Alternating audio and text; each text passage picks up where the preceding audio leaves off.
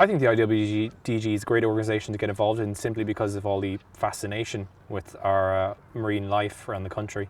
I think it's just such a wonderful way to be able to meet like-minded people who also enjoy the natural world and to be able to do things you wouldn't have done before. I spent a week on the Celtic Mists from sailing up and down the east coast from Cork to Dublin, which was a wonderful week. It's great to see marine life far offshore. It's great to get experience working on a sailing boat, and it's great to meet like-minded people.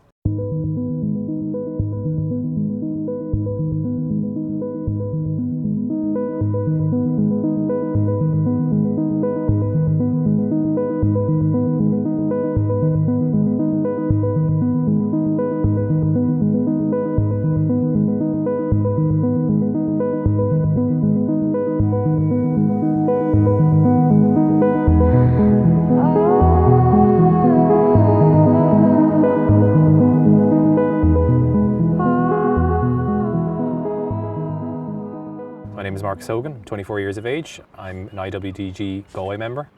We're here in Galway City, in the Claddagh Basin. For the last year, I've been filming Nimmo, who's our local dolphin here in Galway. It's a male bottlenose, solitary dolphin.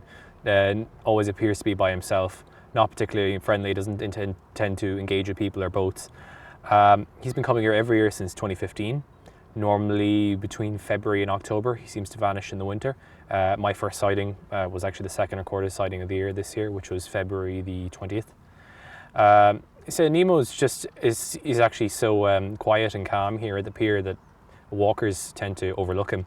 Normally, if I'm down there filming, I have to let people know, by the way, there's a dolphin behind you. He appears to be feeding on salmon there in the basin. I have footage of him with the salmon in his mouth. With the drone, I've been able to film a wide variety of behaviours over the last year. I've been able to film breaching, obviously hunting, tail slapping, pretty much every behaviour you can think of, really. It's been a great source of entertainment over lockdown, certainly.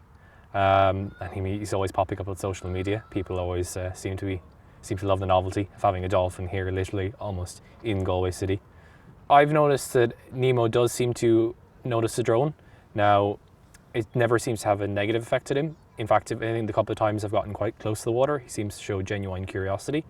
I don't think there really is any disturbance involved. He certainly never shows any stressful or agitated behaviour. I've seen him occasionally glancing at it or following it, so to speak, yeah. So that's all good. I've been flying drones for the last 2 years. I'm registered with the Irish Aviation Authority. I've been through 2 models and planning upgrading to my 3rd soon. It's just been something I've thought about for a number of years, and they're so accessible now, I just decided why not get involved. So my background actually is science, but it's not marine science, it's microbiology. Cetaceans, the Irish Whale and Dolphin Group, are simply just a passion. There's a friend of mine who got me involved last year. My only regret was just the fact that I hadn't gotten involved sooner. I'm a Galway native originally. I went to school here in Galway, St. Joseph's College and Yates College. The university was NUIG. General science, specialising in microbiology. It's just something I've been crazy about from a young age, the natural world. I did my PADI open water diving certificate as far back as 2008, at the age of 11.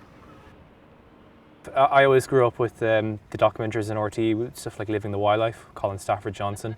It's a really big influence of mine. I used to adore as a child, used to watch at the weekends and still do religiously to this day. RTE, in fairness, used to always be very good for a wide variety of nature documentaries at the weekends, so they always kept me up late. Most of my other cetacean sightings would be further out in the bay, where we get minke whales, we get common dolphins, bottlenose as well. They tend to be our 3 key species here in the Galway Bay. Most of my sightings recently have been on the Clare coast. Kilkee in particular has been the basking shark hotspot recently. There were hundreds of them aggregating over the last couple of weeks. I myself ended up in the water with a group of 8 of them last week, which was a truly life-changing experience. It's pretty incredible. I wasn't expecting the sheer size of these animals once you get into the water with them. It really does stress the heart a bit, but at least they're passive. Main thing is to read the Basking Shark Code of Conduct, which has been posted by the Irish Basking Shark Group, which details how you should approach them if you plan on doing so, because some people in particular this year have been a little bit too hands-on with them, getting up too close and trying to get on top of them and irritating them. I think the joy is just sharing the love of our Irish marine life. I think it's just fabulous. But most don't realise how easy it is to get involved. All you need is just a passion and a willingness to get stuck in.